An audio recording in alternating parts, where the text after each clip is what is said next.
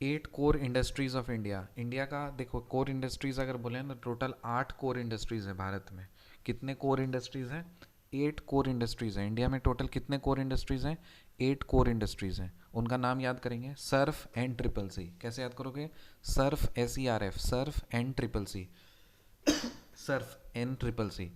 S से steel industry, E से electricity industry, R से रिफाइनरी प्रोडक्ट्स इंडस्ट्री, एफ से फर्टिलाइजर्स इंडस्ट्री। याद हो गया सर्फ।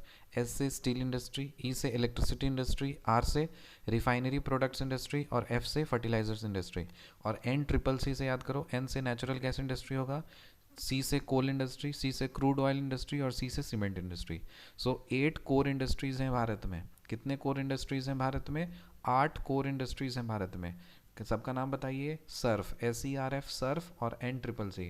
एस से स्टील इंडस्ट्री, ई से इलेक्ट्रिसिटी इंडस्ट्री, आर से रिफाइनरी प्रोडक्ट्स इंडस्ट्री, एफ से फर्टिलाइजर इंडस्ट्री, एन से नेचुरल गैस इंडस्ट्री, सी से कोल इंडस्ट्री, फिर सी से क्रूड ऑयल इंडस्ट्री और फिर सी से सीमेंट इंडस्ट्री। याद हो गया? India is second fertilizer consuming country after China. क्या ये बात सही है? हाँ। सबसे दुनिया में सबसे ज़्यादा कौन सा कंट्री है, सबसे ज़्यादा कंज्यूम फर्टिलाइज़र कंज्यूम करने वाला कौन सा देश है? चाइना। चाइना सबसे ज़्यादा फर्टिलाइज़र कंज्यूम करता है, उसके बाद इंडिया कंज्यूम करता है। India is second largest producer of fertiliser in the world. और इंडिया जो है ये सेकेंड लार्जेस्ट प्रोड्यूसर भी है फर्टिलाइज़र का पूरी दुनिया में। सबसे पहले नंबर पे फर्टिलाइज़र कौन प्रोड्यूस करता है? अमेरिका, US प्रोड्यूस करता है, फिर इंडिया प्रोड्यूस करता है, फिर रशिया प्रोड्यूस करता है, फिर कनाडा प्रोड्यूस करता है और इंडोनेशिया प्रोड्यूस करता है।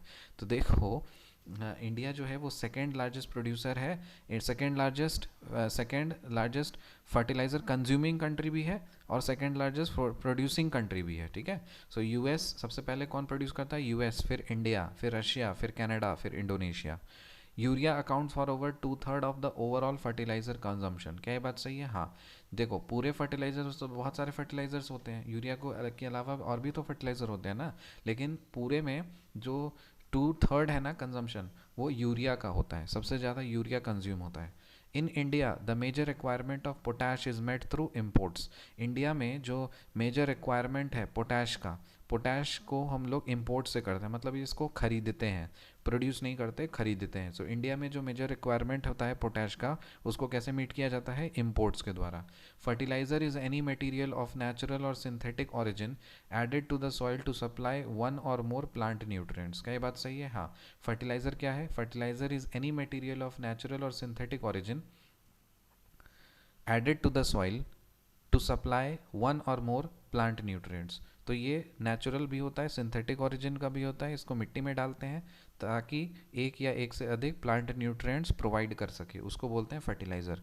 अब फर्टिलाइज़र जो है इसको हम तीन तरह से क्लासीफाई कर सकते हैं। एक है प्राइमरी फर्टिलाइज़र, दूसरा है सेकेंडरी फर्टिलाइज़र और फिर है माइक्रो न्यूट्रिएंट्स। ठीक है। क्या है? प्राइमरी फर्टिलाइज़र, सेकेंडरी फर्टिलाइज़र और micro nutrients. Primary fertiliser, secondary fertiliser और माइक्रो न्यूट्रिएंट्स। जो प्राइमरी फर्टिलाइज़र है उसमें आता है नाइट्रोजिनस, फॉस्फेटिक और पोटेसिक। प्राइमरी जो होता है उसमें नाइट्रोजिनियस फर्टिलाइज़र होता है, फिर फॉस्फेटिक फर्टिलाइज़र होता है और पोटेसिक फर्टिलाइज़र होता है। जो नाइट्रोजिनियस फर्टिलाइज़र होता है उसमें आता है यूरिया। जो फॉस्फेटिक फर्टिलाइज़र होता है उसमें आता है DAP, that is di ammonium phosphate. और पोटेसिक फर्टिलाइज़र जो होता है उसमें आता है MOP, that is muriate of potash. समझ में आया? फर्टिलाइज़र तीन तरह से क्लासीफाई करते हैं, प्राइमरी, सेकेंडरी, माइक्रो न्यूट्रिएंट्स। जो प्राइमरी फर्टिलाइज़र है वो तीन तरह से फिर से क्लासीफाइड है, नाइट्रोजीनियस प्राइमरी फर्टिलाइज़र, फॉस्फेटिक और फिर पोटेसिक। जो नाइट्रोजीनियस है उसमें यूरिया आता है, फॉस्फेटिक जो है उसमें DAP आता है, डायमोनियम फॉस्फेट, और पोटेसिक जो है उसमें MOP आता है, that is muriate of potash. Secondary जो फर्टिलाइज़र है उसमें तीन आते हैं, सी कैल्शियम, मैग्नीशियम और सल्फर। कैल्शियम, मैग्नीशियम और सल्फर, कैल्शियम, मैग्नीशियम और सल्फर।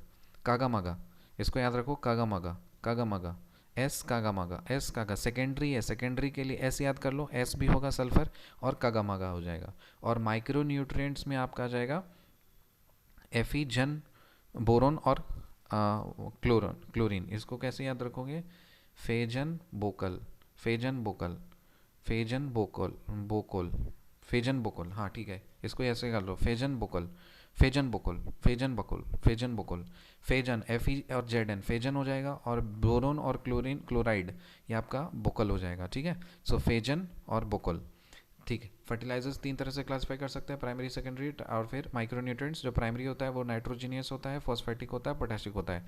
नाइट्रोजीनियस होता है उसमें यूरिया आता है, फॉस्फेटिक में डीएपी आता है, डायमोनियम फॉस्फेट होता है, और पोटेशिक जो होता है उसमें एमओपी होता है, म्यूरिएट ऑफ पोटैश होता है। सेकेंडरी में एस लिख दो और फिर कागा मागा कर दो, मतलब कैल्शियम और मैग्नीशियम। और उसके बाद फिर माइक्रोन्यूट्रिएंट्स में जाएंगे तो फेजन, Fe और Zn मतलब आयरन और जिंक, और फिर बोरोन और chloride. See you in the next video. Till then, bye.